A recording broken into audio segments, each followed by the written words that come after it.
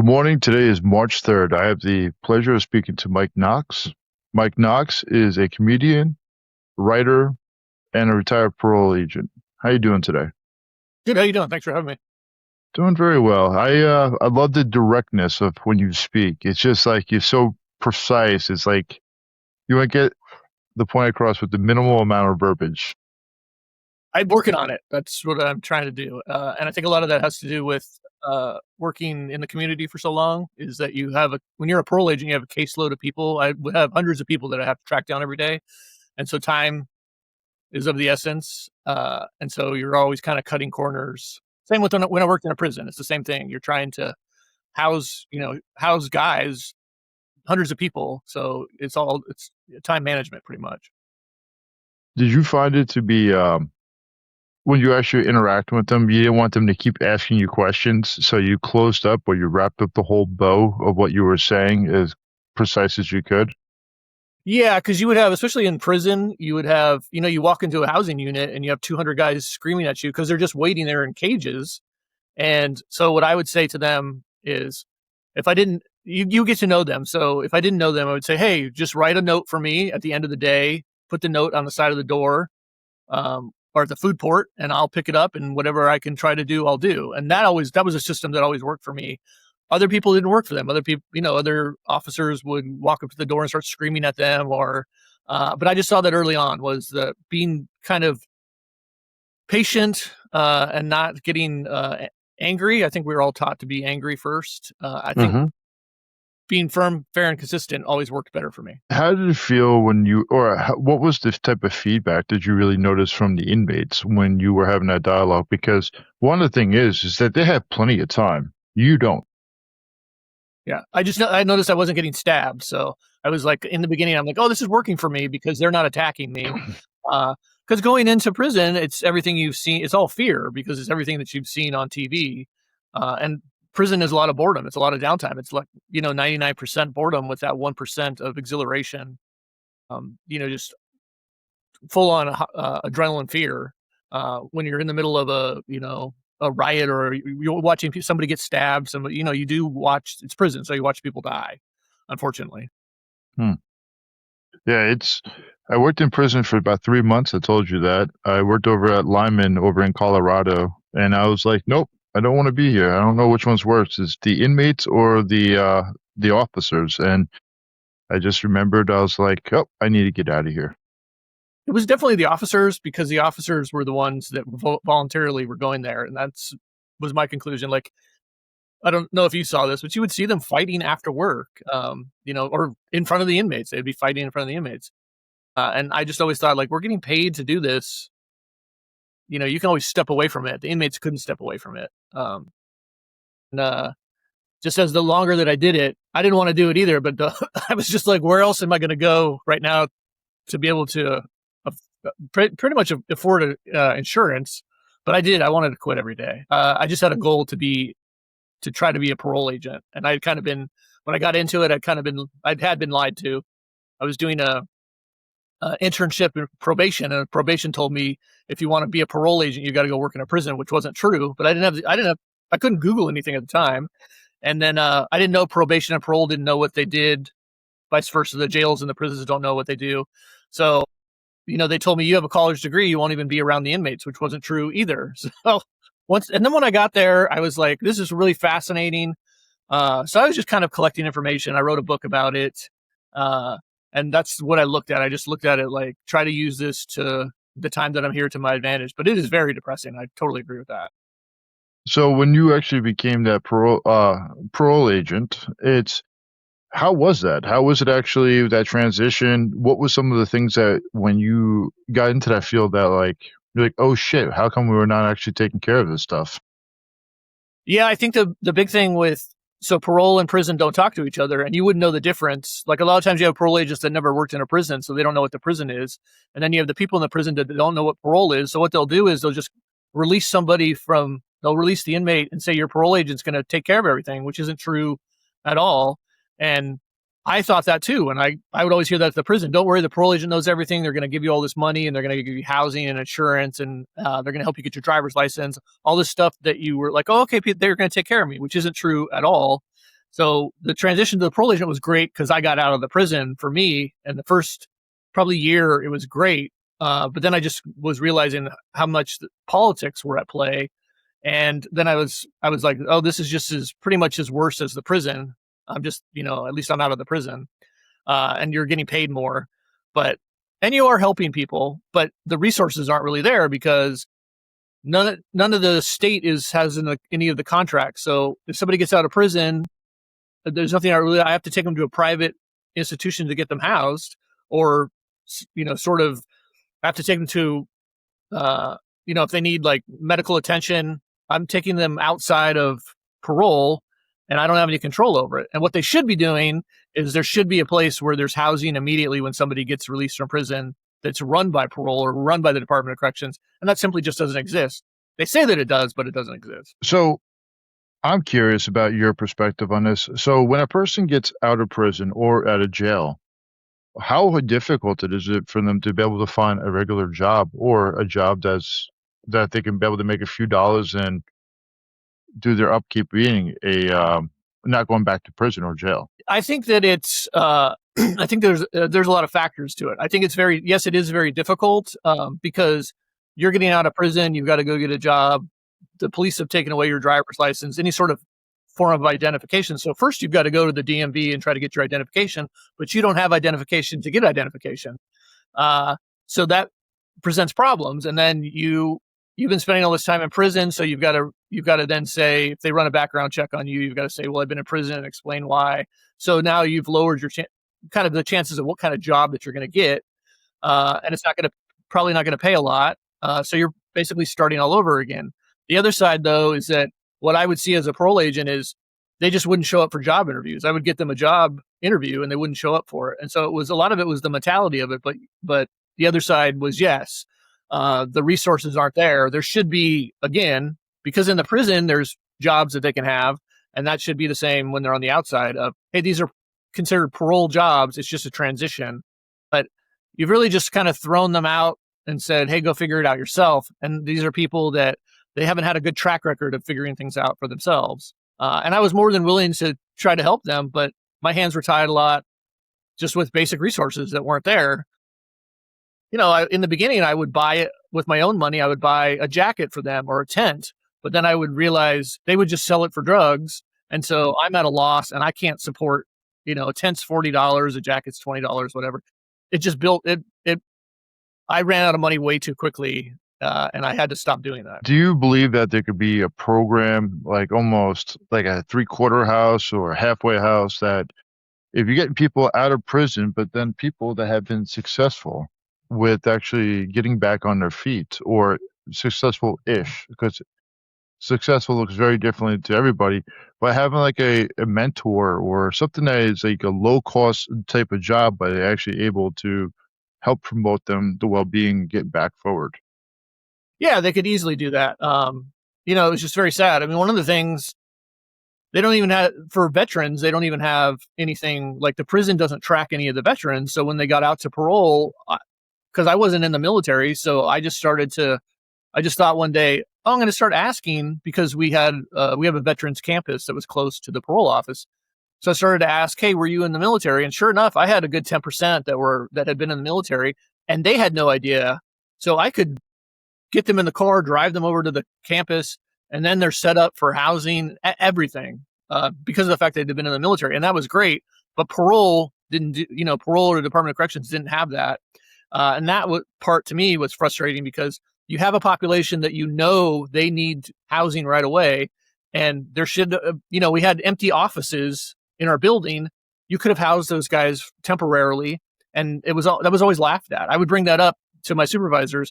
Hey, there's this whole section of our building that they're empty offices. Why don't we house homeless people there? How dare you bring that up, So I was always shut down for bringing up bright ideas, which is usually the case with law enforcement, is you're just ostracized for trying to change things. Nobody really wants to change anything. Because to be fair, it's like when you have a class of people that have been deprived a long time of their rights, a lot of the individuals that I'm starting to understand about in my social work is that they're products of their environment. They're products of what society has helped them or actually created with their parents. And I'm not giving them an excuse. I'm just saying this is part of the layering system. And if they're in there for like drug crimes or other things, it's about the instant gratification. If they're not having any type of purpose or actually having somebody help them have a leg up and show them anything, they've just been conditioned to be a worse individual. So how do we expect people that are in those shoes to become part of society again? Yeah, and what I would see is these are people that they've been lied to their whole life. So then here comes a guy with gun and a badge, and they're supposed to now believe what I say. So it took a long.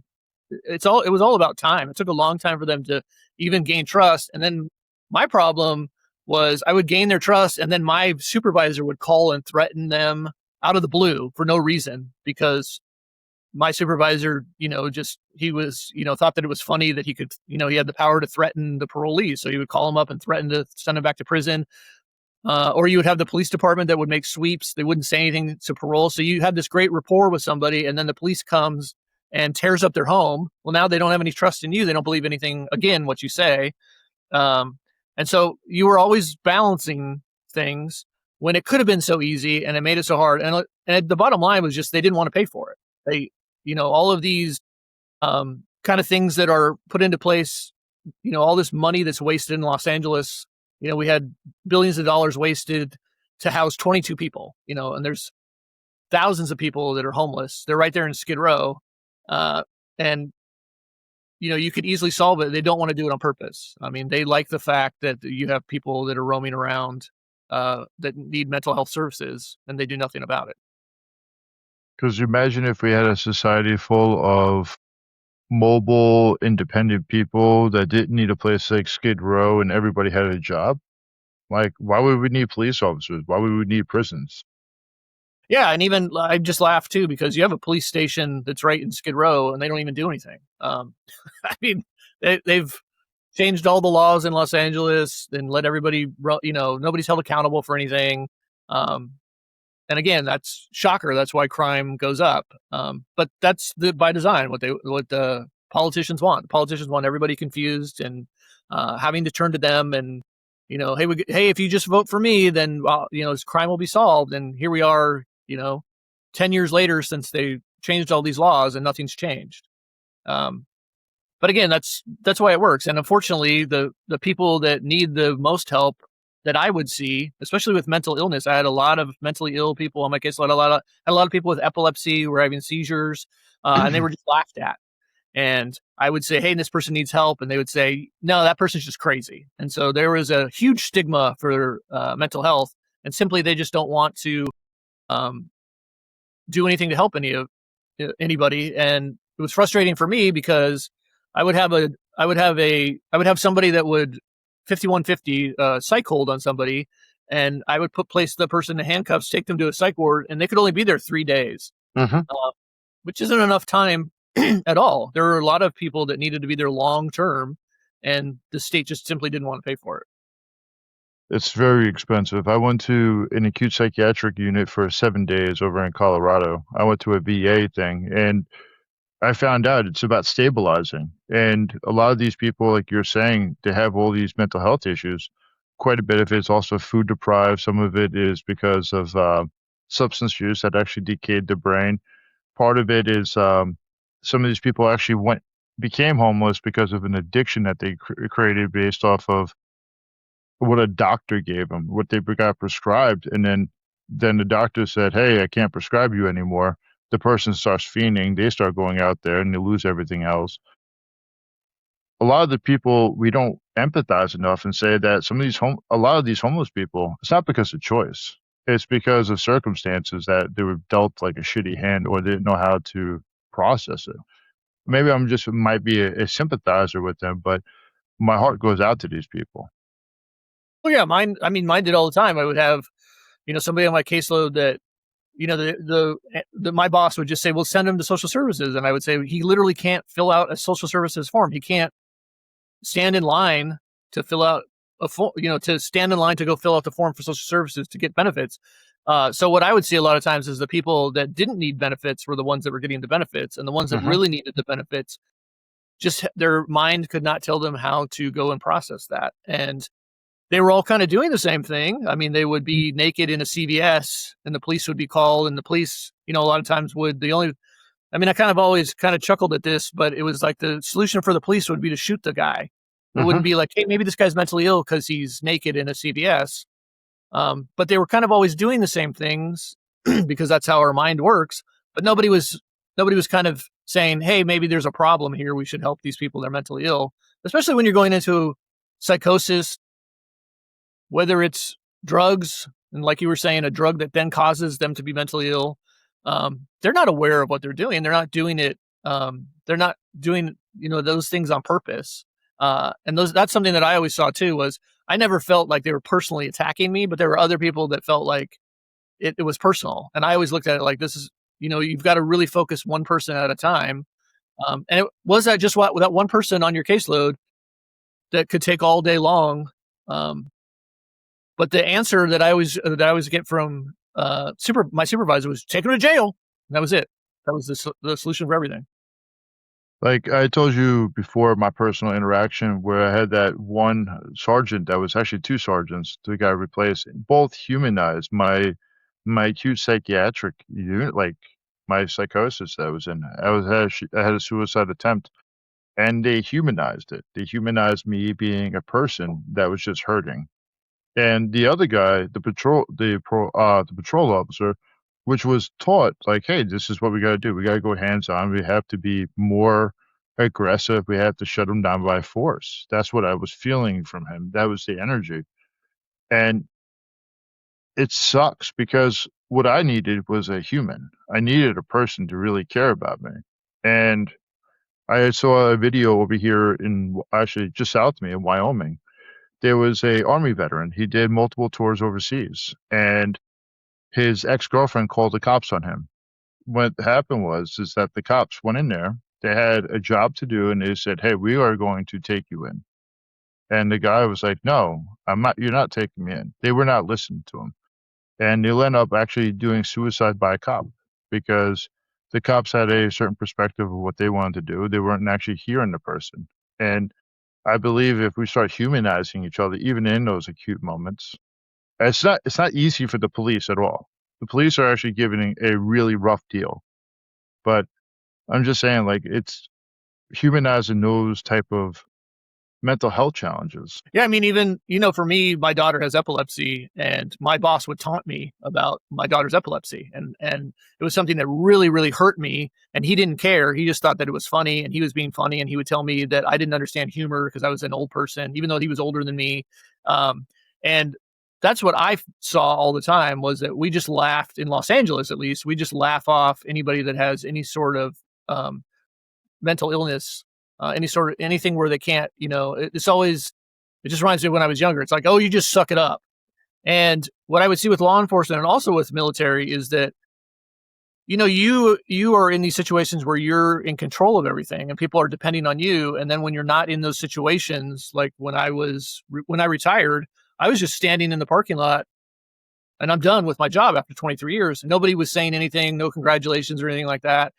And the tables had turned. Well, for the military, you're overseas and then you come back and nobody is recognizing what you did or where you were at or what you were doing or what you were in control of. And so I see that in combination with law enforcement and military, is that it's just, you're just supposed to understand, and everybody else is, you're just supposed to, again, suck it up and do what you're told. And if you're having a mental health crisis, you're having, I've had good days and I've had bad days. And the police are very aggressive because that's what they're taught. And I never had any training for being a parole agent. It was always about physically restraining people or firearms training. It wasn't, hey, let's sit down and talk to people and find out what's wrong with this person. So you mentioned suck it up, and then you mentioned suck it up before we got on here. What does suck it up look like when people are in your shoes or in police shoes? It just means do what I say. I don't want to hear it. That's what it means to me. Or as when I was a kid, it was walk it off. It was like I had a broken leg as a kid, and parents and teachers are just telling you to walk it off. And you're like, no, my leg's broken, and nobody wants to hear it. And that would just remind me of, law enforcement was nobody wanted to hear your problems, and nobody especially wants to hear when you're mentally ill. Like right now we have all this fraud going on. Everybody just wants to not talk about it, and that's tax money. And again, I would see that all the time with my job was so much waste, but if you brought it up, people would just tell you to shut up about it. You were just told you're basically just a cog in the system told what to do. I guess what I was going to ask is like, why do you think that the law enforcement doesn't actually promote mental health awareness within their own people that are working there to be more mentally and physically sound? Because we're all mentally ill also. I mean, it reminds me of when they passed a law about spousal abuse, that your gun was going to be taken away if you were arrested. Well, most of those people were law enforcement. So they had to change that law real quick because they had it a felony in California. Then they had to change it to a misdemeanor, and then they had to kind of ignore it because there's a lot of unstable people that are in law enforcement. That's why they get into it. Most people are getting into it because you didn't need a degree for it, and kind of they'll pass you right through. I mean, there are a lot of people where it was like, I don't really know if this guy's got all his chromosomes or not. I don't think this guy should be working in this job, but they hired him. When I went through my psych, the doctor that talked to me said, I don't think you should be working here. You're a little too intelligent. And that always stuck with me because he was kind of saying to me, like, you don't want to be working in a prison. And I was too dumb to realize that. But the bottom line is they're just trying to get people to work those positions because really in reality, who does want to work? And, as I started to work in law enforcement, I was like, who wants to do this job? Cause it's a lot.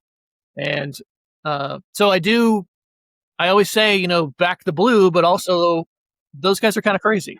I've never had an interaction with police that was a good one. They've always been horrible to me. And then when you tell people about that story, they always side with the police and say how wonderful the police are. So it's kind of one of those things in life that you really can't say much. It's like people get conditioned for it. Like, I know when I've seen people that are police officers, they typically, when they're dealing with their struggles, alcohol becomes their best friend. If you mention, hey, what about therapy? They're like, nope, I'm not going to lose my job. I'm not going to lose my badge. I saw a dude that was from Texas. He was a captain out there, and he was like, yeah, people with complex PTSD need to get pulled. And I'm like, what about their job? What about their identity? What about actually helping them out before we actually start pulling them?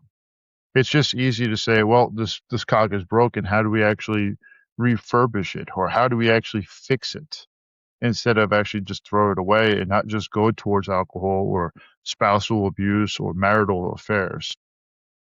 Yeah. And that's another, with my job, you could be an alcoholic. That was okay. You couldn't go to therapy because if you go to therapy, they'll take your badge and your gun and then you lose your job. So that's all that people would see is, well, they told me I could drink. That's okay. And so you would have large amounts of people that were drinking.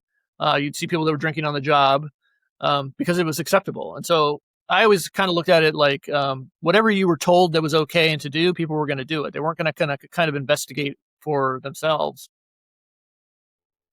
You get real dumbed down when you're working law enforcement. Nobody's really talking about anything at all. They're just talking about overtime. They're talking about, what vacation they're going to take. Because again, it's a job and it's the office. So people don't really want to bring anything personal into anything. So I look at it like a cult. You become this kind of cult follower. And then there's these little factions where you find people that there's maybe a couple people you can talk to that you think are, you can trust, but most of the people you can't trust at all. Like it's very isolating. Oh, it sounds like it. And what I would love to see, and I know I don't have any sway in it yet. And the reason I use yet is because macro social work, they try to push certain different policies. I would love to see like mental health being provided for our patrol officers, for the people that are in law enforcement, so that alcohol doesn't become one of the number one crutches. Because to me, when you have that type of abuse, it's a symptom of something else that's below it. And it's easy to just be upset with the department, but how do we actually make it better? So, one, we don't have as many reckless people running around, and two, that we can be able to, when they go back to their families, because I'm curious about this, is when you worked as a parole officer, was it easy to tell your wife about what was happening, what your day to day looked like, or when you worked in a prison? No, I just, and I wouldn't tell her just because I knew what the answer was going to be, like, I would limit what I would say because it's a different world for her that she's in. Like when she relays stories about her office compared to mine, it's night and day. It's completely different. So I would just, not bring it up just because there was so much violence in that job. And it was kind of you're dealing with a different subculture of society, dealing with gangs and drugs and prostitution and murders. Uh, that's, she's not watching her coworkers beat each other to death, so it was a little different. But that does then draw a line within your marriage when they don't understand. Like for the prison, you got held in the prison. So there were a couple times when I was first married where she didn't understand. Well, I don't understand. Why would they hold you over for 16 hours? One time it was 20 hours. I don't understand why you can't leave. That doesn't make any sense. So it didn't make any sense. Same when you were at, if I was at kind of parties, when you're having kids, you're at these birthday parties. Nobody really wants to hear that you cell extracted somebody or that you took, oh, I got in a fight when I was down at the county jail. Well, why were you down at county jail? Why would you fight somebody? So the other people don't really understand. They don't really want to hear it. They have their own perception. A lot of people just feel sorry for criminals. They're not really feeling sorry for the cops. So you just don't talk about your job. And I think that's true for a lot of people in law enforcement. And I meet a lot of people, when I meet a lot of men that are kind of silent, I can usually tell you're probably in law enforcement, because it's a very distinct, kind of like with criminals. I can see, oh, there's a adult guy in his 40s riding a bike. He's probably a drug dealer because he lost his license. But again, those are probably not things most people should be dealing with, that I got to enter that world, and see a side society that I didn't grow up that way. I had no idea that even existed. How does it feel when you actually meet a person that understands you?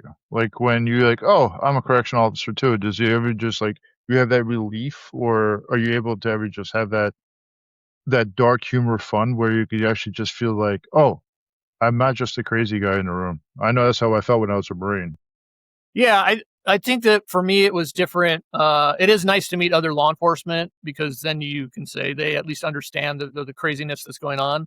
But also, there was such a divide within my department of, people would take the information and use it against you. So Mm-hmm. you were always watching over your shoulder. One of the great things about retirement is I no longer have people following me around for no reason, because it wasn't just 8 hours of your job. It was 24 hours a day. I mean, they could call you all the time, tell you to come in. You were at the mercy of them. And there would be people, you would say to people, hey, there's somebody following me around from the department. People wouldn't believe you. They just think that you yourself were crazy. And that doesn't happen anymore. Or people telling you what to do all the time. I had dozens of supervisors that would come in to your office all the time to tell you what to do, and you had to do it because they were a supervisor. And I don't have that anymore, and it's great. And not to have that hanging over me is such a great feeling. So now when I meet people that are in law enforcement, it's nice that they understand, but also I'm like, you're a little crazy for not retiring. Because now I'm meeting people that are, they're in their 60s and they're still, well, I don't know what to do when I retire, because they're in that cult and they don't know how to get out of it.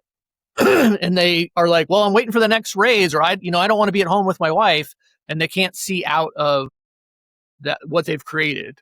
And I think a lot of people fall into that with their job. Their job becomes their identity, of course. It does, because we spend about 8 hours a day, typical person. We're supposed to spend 8 hours of sleeping, and then 8 hours are supposed to be being with your best friend. But however, that doesn't always work out that way. It's more of your job is your family, and you get stuck there for a very long period of time, and that's also a huge part of your identity. Like my brother, he ended up dying right before he turned 50. He was getting ready to retire as a detective. Awesome dude. He had a heart attack. Loved his Coors Lights, and him and I might not seen eye to eye and everything, but I loved him. And the thing I remember is that it's like you have this dual relationships with your family and then with your coworkers. Like you have this actually not dual relationship. You have these separation of relationships. So when I came back from the Corps, he was like, "Oh, you understand how it feels to be in certain situations." Like I can't talk to his wife was named Sissy.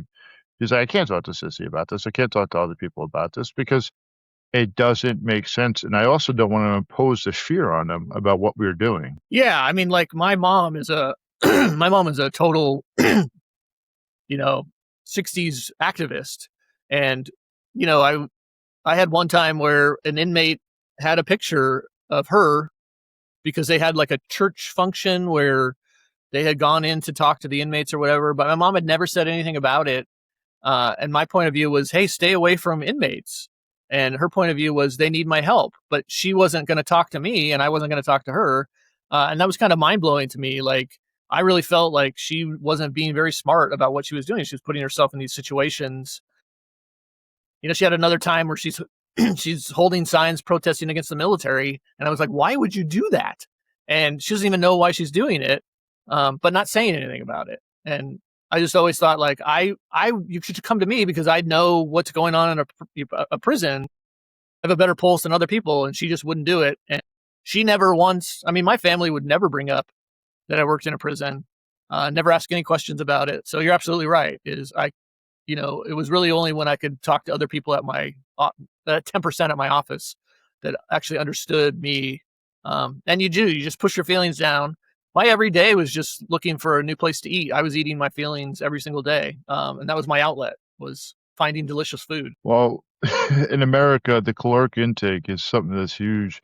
And they have this whole thing about food addictions, which people don't realize about how much it sucks because they're like, oh, you can just quit drinking, you can quit smoking weed or whatever it is, but you just can't quit eating. And when you're looking for desirable food, like LA, you guys have great food. Over here in Montana, it's okay. And I'm okay with that. It just makes less people want to move here.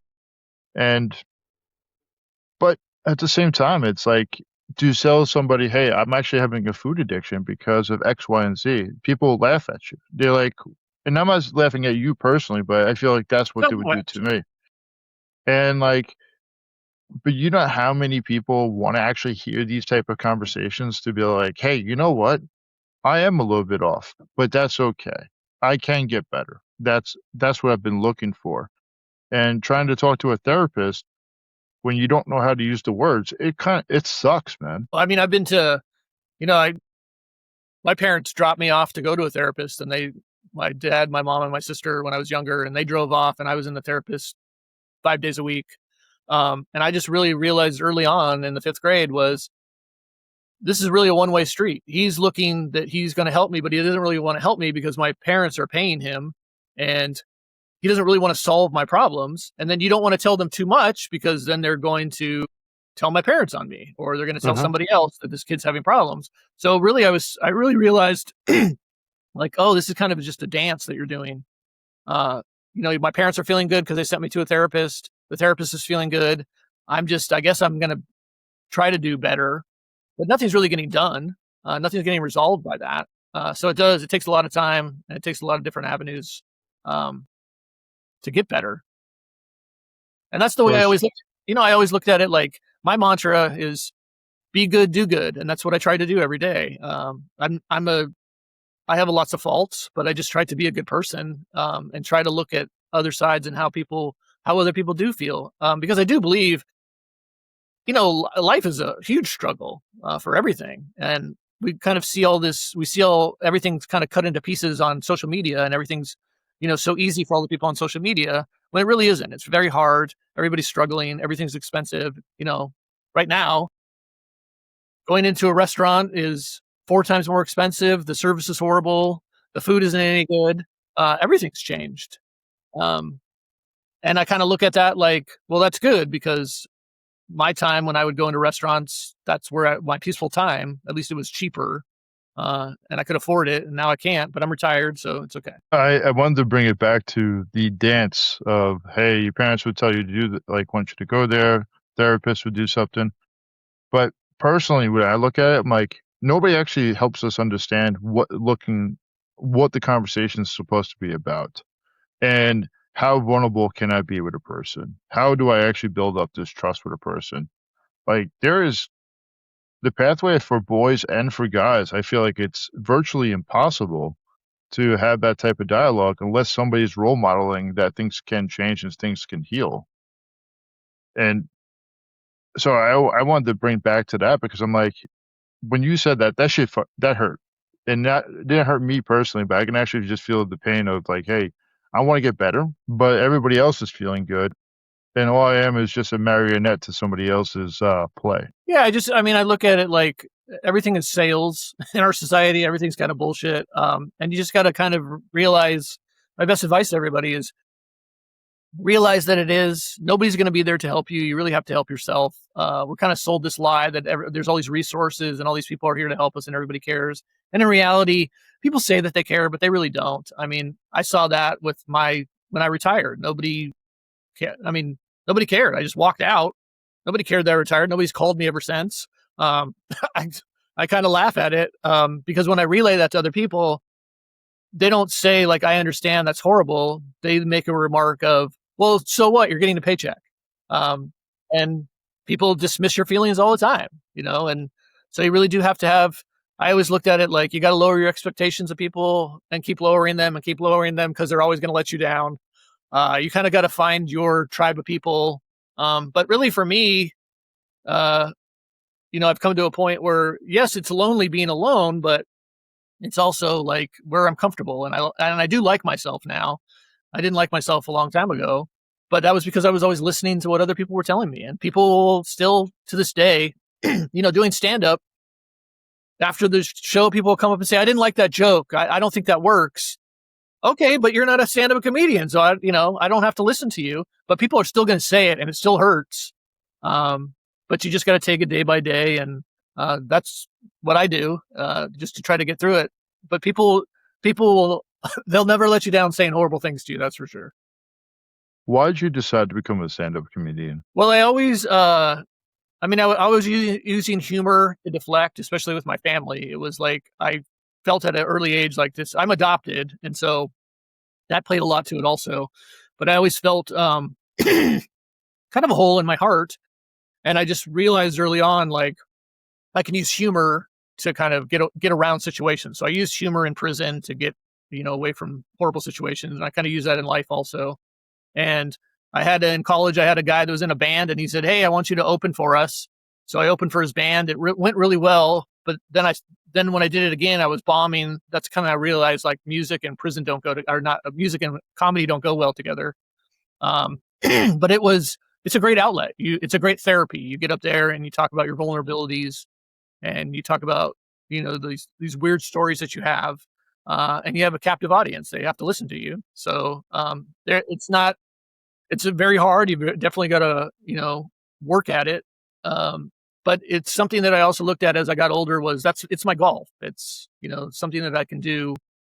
And it's something you can get better at. And it really is a sport. And you just got to go up there like boxing, you got to get in the ring and you got to start punching people. Oh man, that is awesome. The comedians, the one I looked up to a lot was Robin Williams. I thought he was absolutely brilliant. I loved his stand-up more than I even loved his movies. And I thought he was a hell of an actor. That guy could play any role that they gave to him. And then the second one is Jimmy Carr because of how fresh, how quick, and how intellectual. But you can just tell there's so much pain between the words that they're saying because they have had to live that life for so long. And what made them funny was like that pain. At least that's how I look at it. And I think you said Chevy Chase was your guy when you were saying that you role modeled yourself after. Yeah, I did. I always loved Chevy Chase. But it's kind of that thing, whereas I do believe like you probably shouldn't meet your heroes because there's just so many horrible things that he's done to people. And I kind of go through waves of people that I admired, and that changes quite a bit. But it's definitely I've always loved comedy. And it was another thing. I was always afraid to go and do comedy, which is another reason that I do comedy. Just like the prison scared the hell out of me. And I just thought, if the prison scared me, why can't I go do comedy? So So it was always something in the back of my mind. So I would do comedy. I would kind of quit. I had to stop for a while because my daughter was very sick. Now that I'm retired, I can do it full time. And it's always learning. I'm always learning something. I'm always going in there going, I want to quit this. I don't want to do it. And then coming out the other side going, oh, I learned from this. And that's kind of all the time when I go up on stage.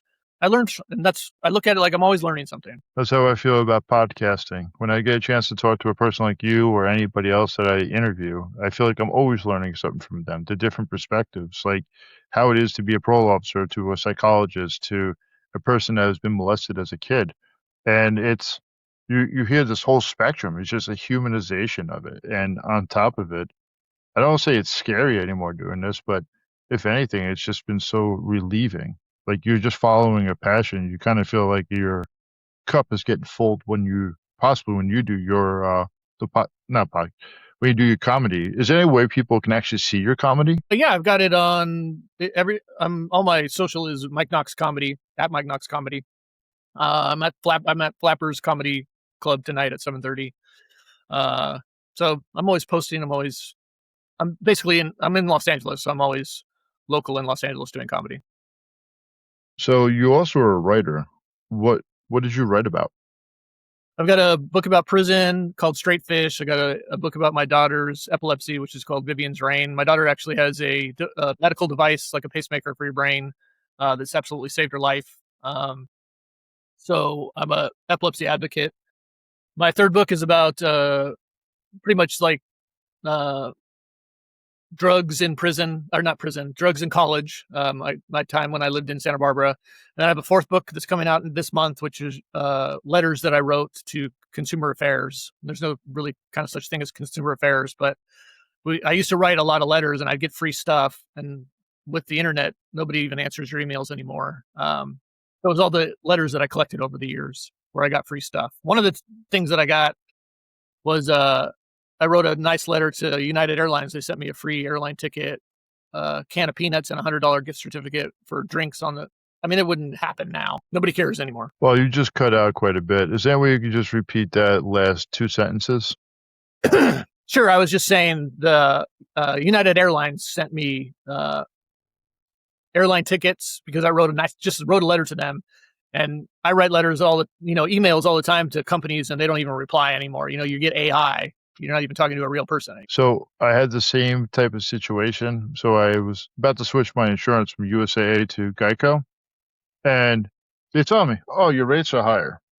Rates are higher because of X, Y, and Z." And I'm like, "I have a damn near perfect credit score, so why is that an issue?" "Oh, I don't have a car loan anymore because I paid it off. I used it 2 years ago, but I paid it off." And I'm like, "Everything you're trying to penalize me for doesn't make sense. Can I talk to somebody?" "Oh, no. You could talk to an AI person or AI thing." And I'm like, "Nope, you're not getting my business. Have a good day." Yeah, I had the same thing. I have Geico, and I've never had an accident, and they raised my rate. And I said, "Why would you raise my rate? I've never even have an accident." They gave me a bunch of nonsense, and that's how they all are. No, they raise all the rates for everybody, and they just give you one big lie after the next. And they know that you're not going to do it. There's nothing you can do because they have you can go find somebody else, but it's a pain in the ass to go do that. It is a pain in the ass for sure. So you mentioned your daughter's epilepsy. How is it to be a father and a protector of your daughter? And how old is your daughter? She's 19 now. She started to have seizures at the age of 2. So from 2 to 8, it was just trying to figure out, what was wrong with her and how can there's no cure for epilepsy, but how can we minimize her seizures? She ultimately got a vagus nerve stimulator, which she's been 9 years seizure free now. But my life from age 2 to 8 with my wife and I were just watching. She was having nocturnal seizures, so it was just watching her all night long, then having to go to take her to school or go to work. So it was disrupting our sleep and everything. We really just focused on her for a good 6 to 8 years.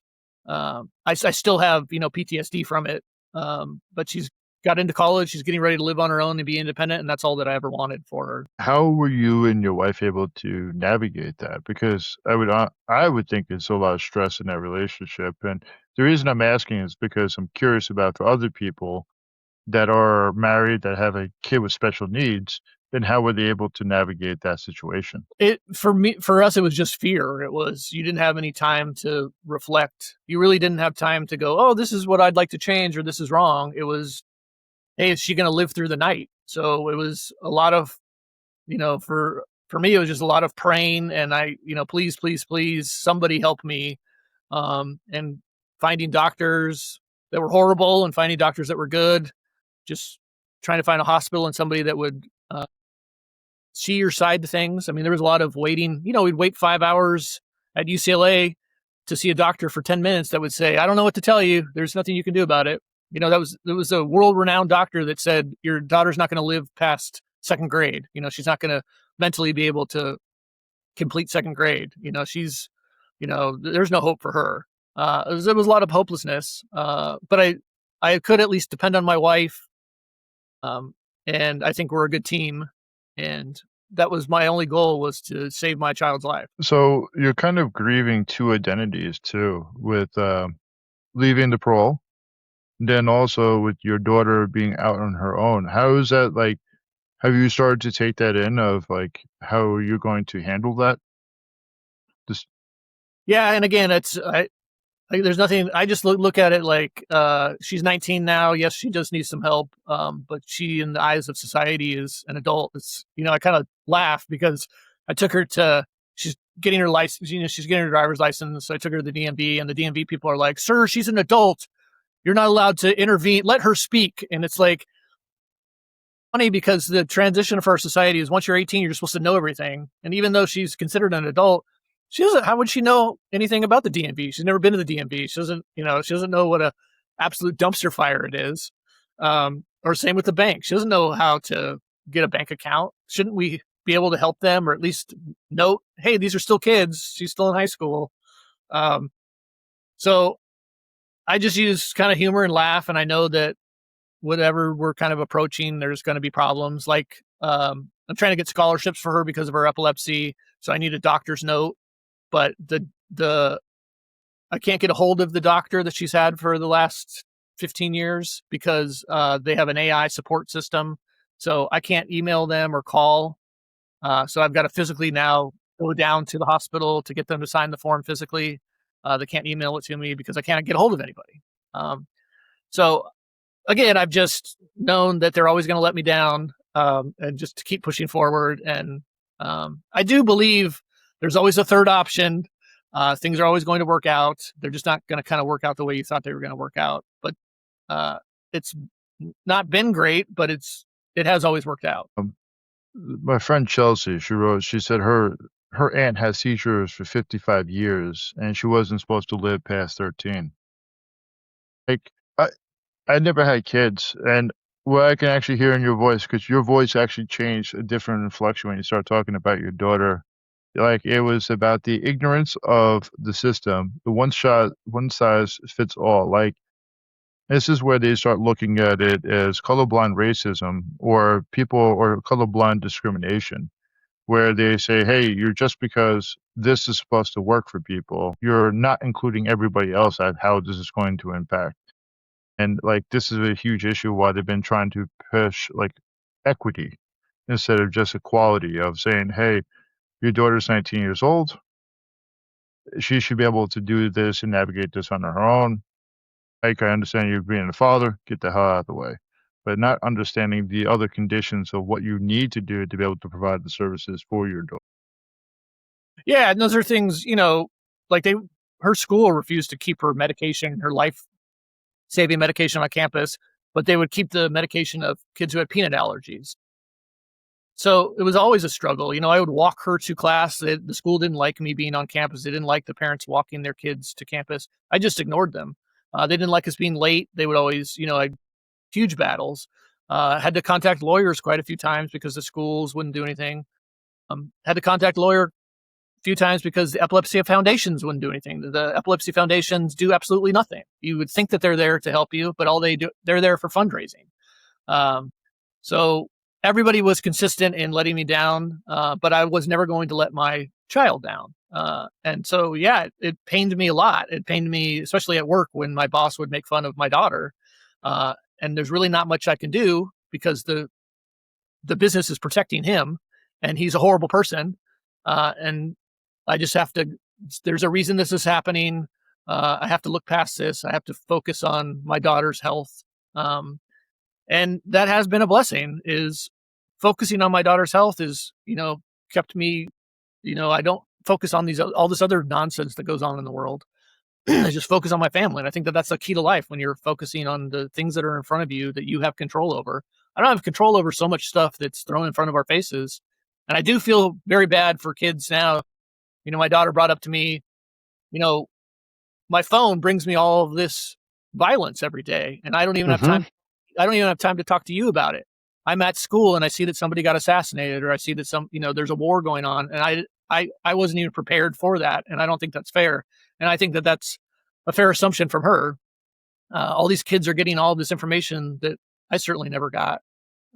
It's too much information. Like, I went to a cup of coffee with my buddy yesterday, and he's a guy that I really confide in certain stuff. And the reason I'm actually bringing this up to this is like, he's like, well, how you dealing with today's political climate? I said, honestly, Rod, I don't have fucking time for this.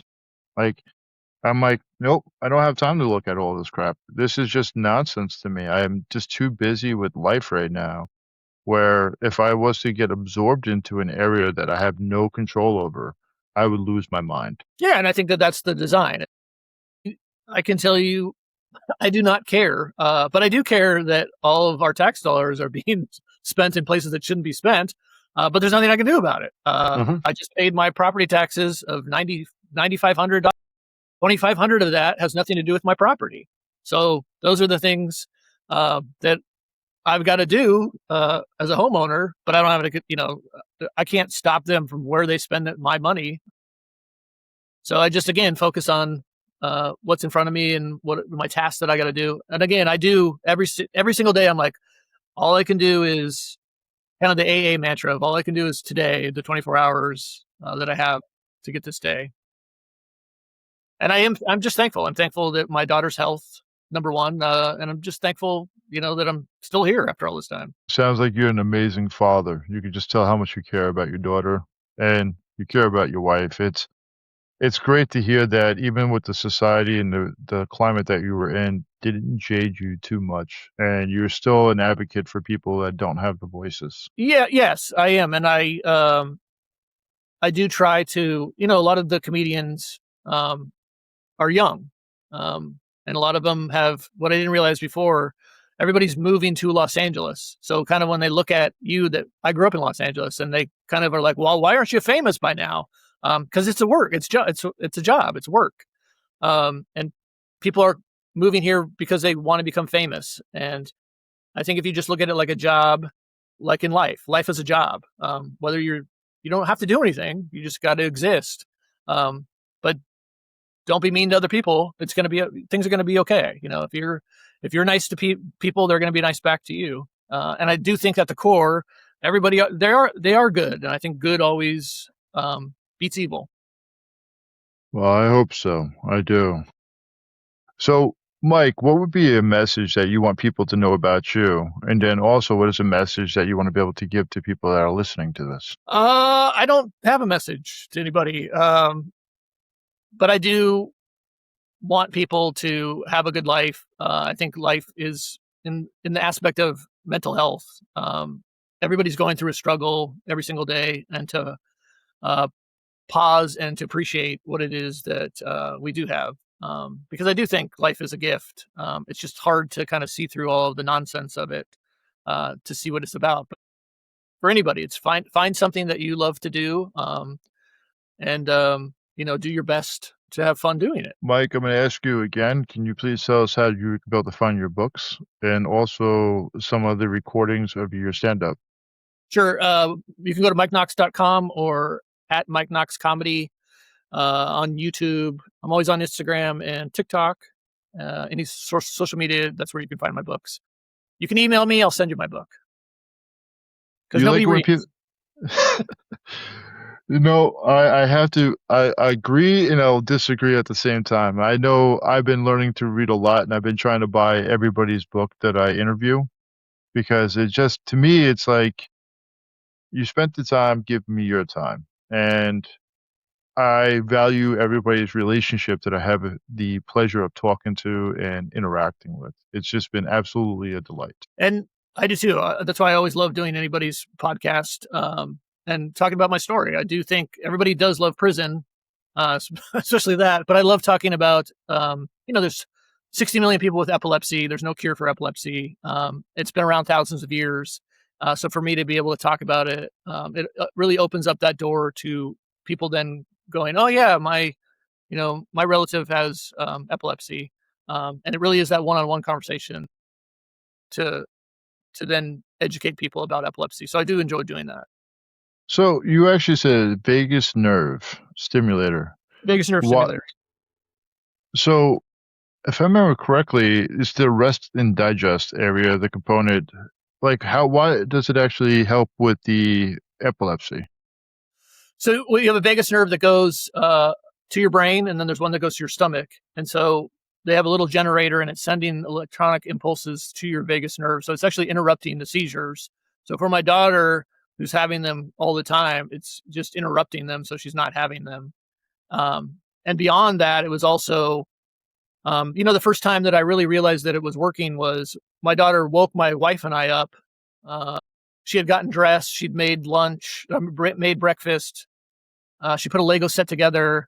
She said, I want to go to school. So this is a little girl that was heavily medicated, that could barely communicate, really. When I look back at videos, it's very sad. I would always have to wake her up. I would have to dress her. I would have to, physically take her to places. And here's somebody that it was like, oh, she's got her independence. It's like a light bulb switched on.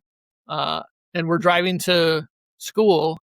And prior to that, she was always very silent. And coming from comedy background, it was very sad for me that I couldn't joke around with her. And that particular day, she told me a joke, it's a silly dad joke. And I was like, oh, this thing's working. So even beyond stopping her seizures, it's allowed her to, now her mind's working again. She's allowed to, this is a kid that went from never thinking she was going to be able to read to her grade point average is 3.9. So that's 3 times higher than my grade point average, and got into college. I never got into any college. And so that device was something that, oh, this is helping her learn. She's actually learning now, which everything was stunted because of her seizures. It was basically taking away her entire life. So it's been such a great medical device. But again, it's the pharmaceutical companies that run everything. So there's kind of that battle going on. And she is 9 years seizure free and just a happy teenager. I want to say that one of the people listening, she's a mom of a special needs, and she said your message really spoke to her, and the lack of support is extremely frustrating. It is, and my heart goes out to everybody that is dealing with anything. I really see that, every year I go to Disneyland Expo for epilepsy, and everybody is so fractured because everybody is, when they're dealing with, I speak to so many different parents, and it's just so heartbreaking when it's it's your child, and you're trying to get other people to hear your story, and people don't want to hear it. That unfortunately is what I see a lot also. And I believe these are why these conversations are important to have. It's like, Very important. to me, like, mental health is not just a person with a diagnosis of major depressive disorder, anxiety, bipolar, schizophrenia. The physical situation creates a hardship. I have had the pleasure of working at the VA for 3 years before I started going to my grad program. And people that were not able to communicate by talking or by hearing, they started to become more depressed because they started pulling themselves away because they didn't want to agitate people.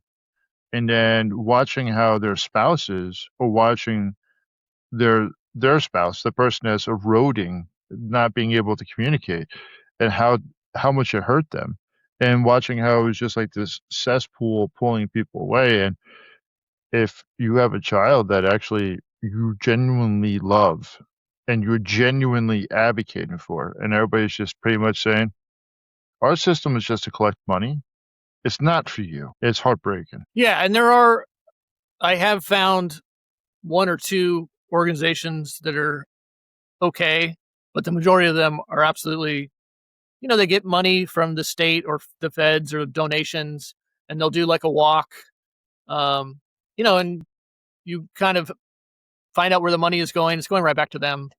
It's not going to the research, which it should be going to.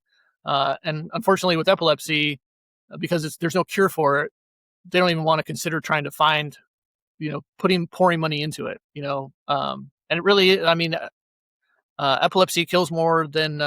I don't want to make a comparison, but it's more people dying from seizures than breast cancer. So the numbers are all there. The people are, especially with sudden unexplained epilepsy in children. Um, it's just devastating for so many people and so many families that are losing their loved ones, and kind of nothing. It's not really something that's people want to talk about. And I think because it's your brain, and it's hard for people to communicate what they're going through with mental illness or with epilepsy, special needs. Well, I appreciate that insight. I really do, Mike. And I appreciate you making the time to come on here and talk with me. Well, I appreciate you. I mean, there's so many people that I reach out to, and they hear epilepsy, they don't want to discuss it because it's not, glittery, I guess. So I do thank you very much for letting me talk about it. Yeah, anytime. And I'm honestly, you can just tell or at least I can tell about how passionate you are about it. And it's like how much it's really hurts. And I believe giving a voice to other people, and you actually giving the voice, like I said, my friend, she has a special needs child, and it's, it creates all these barriers in other people's lives where people are not able to talk or they're able to communicate because people just shut them down, or they don't have the same type of empathy to be able to say, wow, like, can you stop talking about your kids so we can actually talk about something else? And they don't realize that what's happening with your child is very consuming because it is your whole life. And I believe that it's extremely valuable to have that conversation instead of just saying, baby, go sit in the corner. Yeah, that was something that you brought up empathy, and that's all I ever wanted from the doctor's offices was just some sort of empathy of what my wife and I were my daughter, of course, was going through. And I think that that's what we lack a lot of times because when we're going through all these kind of going through, I went through a time where it was like, I want to get to a point where I don't have to go to the doctor and listen to these professionals tell me what's wrong with my child. I just wanted empathy from people. And I'd never really got that, and that always bothered me. Well, hopefully I was able to give you a little bit on this episode. And I want to say thank you so You much for your did. time, Mike. Thank you. I appreciate it. How do you think it went? How do you think it went?